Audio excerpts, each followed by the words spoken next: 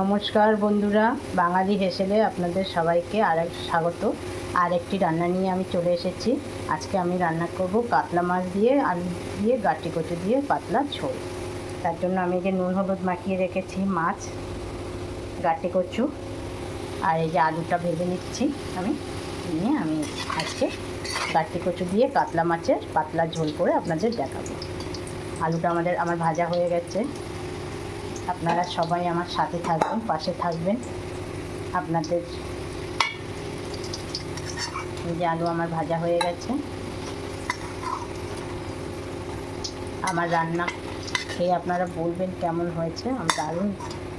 আমার তো ভালো লাগে, আপনারা বললে আমি একটু বুঝতে পারবো আপনাদেরও কেমন লেগেছে।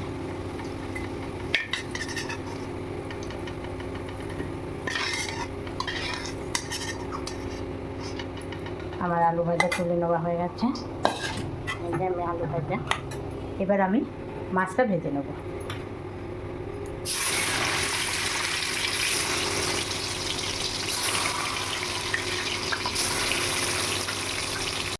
মাছ ভাজা আমার হয়ে গেছে, দেখুন লাল লাল করে ভেজে নিয়েছি মাছগুলো, বড় বড় পিস মাছগুলো। মাছ কিন্তু আমার ভাজা হয়ে গেছে।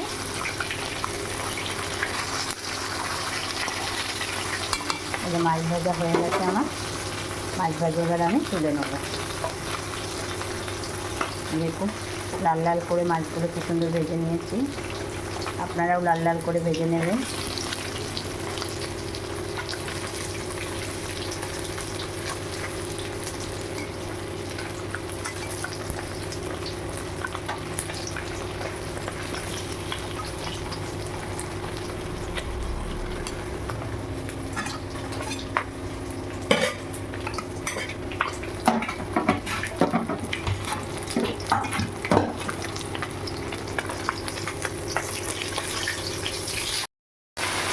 আর যে মাছগুলো ছিল আমি ভেজে নেবো, একই প্রসেসে আমি ভেজে নেবো। প্রত্যেকটা মাছ ভেজে নিয়ে আমি আপনাদের আজকে রান্নাটা দেখাবো। জিরে আদা বাটা আর কাঁচা লঙ্কা, পাতলা ঝোল, একটু রাঁধুনি ফোড়ন দেবো গাঁটি কচু দিয়ে আলু। বাকি মাছগুলো আমার ভাজা হয়ে গেছে, দেখুন লাল লাল হয়ে গেছে। এবার আমি এগুলো তুলে নেবো। এই যে এই মাছগুলোও আমার ভাজা হয়ে গেছে। বন্ধুরা, আমি মশলা দেবো মাছের ঝোলে জিরে আর গোলমরিচ, কাঁচা লঙ্কা চেরা আর আদা বাটা, এই দিয়ে আমি মাছের ঝোলটা বানাবো। আর ফোড়নে দেবো আমি এই যে দেখুন রাঁধুনি। এই যে তাহলে আমি রাঁধুনি ফোড়ন দিয়ে দিলাম। দিয়ে আগে থাকতে ভেজে রাখা আলুর টুকরোগুলো কড়াইয়ের মধ্যে দিয়ে দেবো।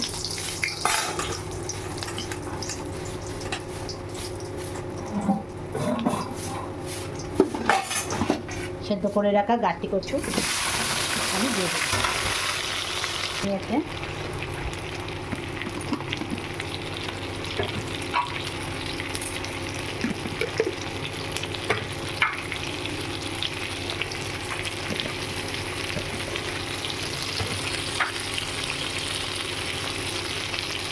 স্বাদ মতন নুন, নুনটা আপনারা যে যেমন খান, অনেকে একটু নুন বেশি খায় তরকারিতে। হলুদ 1 চামচ, 1.5 চামচ মতন হলুদ দিলাম। একটু শুকনো লঙ্কার গুঁড়ো দিলাম, কাশ্মীরি লঙ্কার গুঁড়ো কালারটার জন্য। এই আবারও একটু নাড়াচাড়া করে নেব।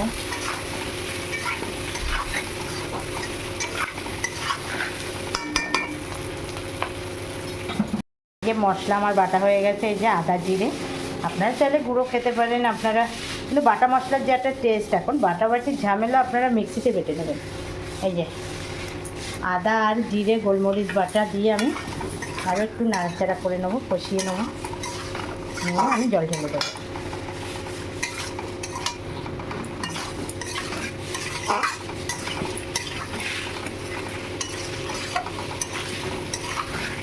দেখুন মশলা থেকে কিন্তু তেল ছেড়ে দিয়েছে।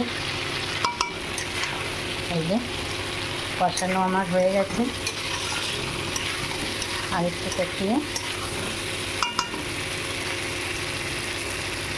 এই যে মশলার থেকে তেল ছেড়ে দিয়েছে।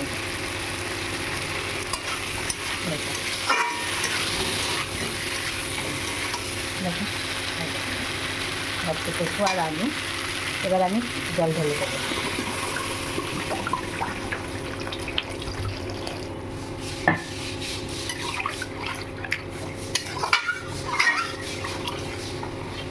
আমি জল ঢেলে দিয়েছি, এবার আমি মাছগুলো দিয়ে দেবো। অনেকে ঝোল নামানোর আগে মাছ দেয়, কিন্তু সেটা আমার ঠিক মনে হয় যেন টেস্ট হয়নি। ঝোলে মাছের ফুটবে তবেই তো টেস্ট হবে মাছের ঝোল, যে যেমনভাবে করে। ওটা আমি মাছ দিয়ে দিয়েছি। এবার 10-15 মিনিট পরে আমি আবার একটু নাড়াচাড়া করি। বন্ধুরা, মাছের ঝোল আমার হয়ে গেছে।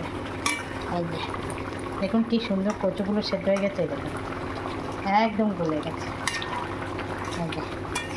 মাছের ঝোল আমার রেডি।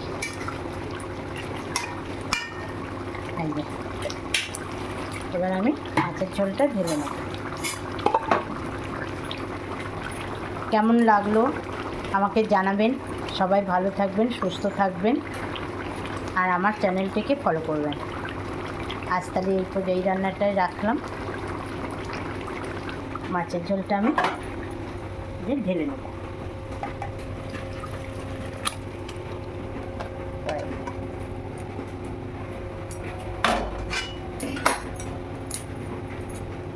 দেখুন মাছের ঝোলটা আমার কমপ্লিট। এই যে রেখে দিলাম, কচুগুলো সুন্দর সেদ্ধ হয়ে গেছে। তাহলে সবাই ভালো থাকবেন, সুস্থ থাকবেন, সাবধানে থাকবেন। রান্নাটা তাহলে আজ আমি এখানেই শেষ করলাম। আপনারা খেয়ে বলবেন আমাকে কেমন লাগলো, আর আমার চ্যানেলটিকে ভালো লাগলে একটা ফলো করে দেবেন।